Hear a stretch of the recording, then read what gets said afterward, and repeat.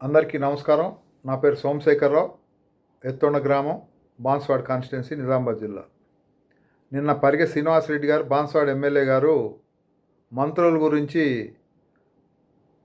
మాట్లాడటం చాలా శోచనీయం. మంత్రులకి కొంత పరిధి ఉంటుంది. వారు ఏదైనా పనులు చేయాలంటే నిబంధనల ప్రకారం చేయాల్సి వస్తుంది.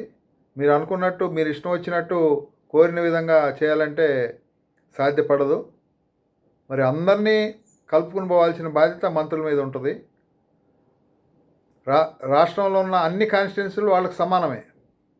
మీరు ఒక్కరే 100 కోట్లు ఇవ్వండి, ఇస్తేనే మంచివాళ్ళు, ఇవ్వకపోతే చెడ్డాళ్ళు అనే విధం మంచిది కాదు. పోచారం శ్రీనివాసరెడ్డి గారు, పరిగె శ్రీనివాసరెడ్డి గారు, మరి మీరే చెప్తున్నారు పార్టీ మారలేదని, మీరే చెప్తున్నారు పార్టీ మారానని. ఏది నిజం? రెండు మాటలు మీరే మాట్లాడుతున్నారు. ఒకటే రోజు ఒకటే సందర్భంలో రెండుని మీరే మాట్లాడుతున్నారు. మారానంటున్నారు, మారలేదన్నట్టు. నేను జాతీయ కండువా కప్పుకున్నారు. జాతీయ కండువా ఎక్కడ ఉంటుంది? పోచారం శ్రీనివాసరెడ్డి గారు, పరిగె శ్రీనివాసరెడ్డి గారు. జాతీయ పతాకం ఉంటుంది, కానీ జాతీయ కండువా ఉంటుందా? మరి ఢిల్లీ వెళ్ళి ఖర్గే గారిని, రాహుల్ గాంధీ గారిని ఎందుకు కలిశారు? ఇదంతా ప్రజలు గమనించట్లేదు అనుకుంటున్నారా? మీరు తీసుకున్న క్యాబినెట్ హోదాతో పదవి ప్రజలకు కనిపించట్లేదు అనుకుంటున్నారా? ప్రభుత్వ సలహాదారుగా మీరు తీసుకున్న పదవి కనిపించట్లేదు అనుకుంటున్నారా? మీరే చెప్తున్నారు ఫిరాయింపు ఎమ్మెల్యేలతో కలిసి ముఖ్యమంత్రిని కలిసి మాట్లాడానని మీరే చెప్తున్నారు. మరి అఫిడవిట్ ఇస్తూ మేము పార్టీ మారలేదు, టీఆర్ఎస్లో ఉన్నానని మీరే చెప్తున్నారు. మరి టీఆర్ఎస్లో ఉంటే మరి టీఆర్ఎస్ నాయకత్వంతో ఎందుకు సంబంధాలతో వాళ్ళని ఎందుకు కలవట్లా? వాళ్ళు మిమ్మల్ని ఎందుకు కలవట్లా? కాన్స్టిట్యున్సీలో మీకు వ్యతిరేకంగా ఎందుకు మాట్లాడుతున్నారు వాళ్ళంతా?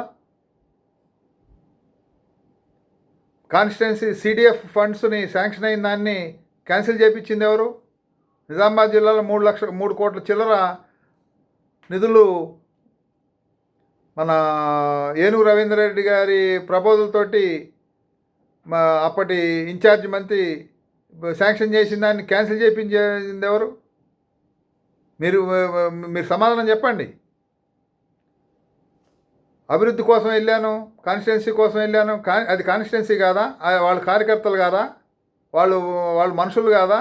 వాళ్ళు మన బాన్స్వాడ కాన్స్టిట్యున్సీలో ఓటర్లు కాదా?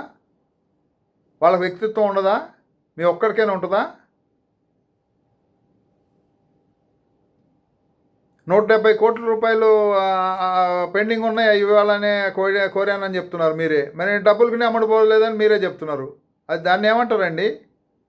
డబ్బులు అడిగి పార్టీ మారితే డబ్బులు నేను అడగలేదని మీరే చెప్తున్నారు. పదవి కోసం రాలేదన్నారు, పదవి తీసుకున్నారు. మళ్ళా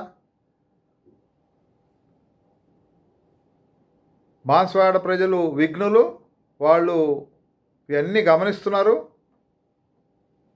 సమయం వచ్చినప్పుడు వాళ్ళ నిర్ణయాన్ని ప్రకటిస్తారు, చేస్తారు. మరి ఈ విషయాలన్నీ దృష్టిలో ప్రభుత్వాన్ని అబాస్పాలు చేసే విధంగా వ్యవహరించవద్దని కోరుతున్నా. నమస్కారం.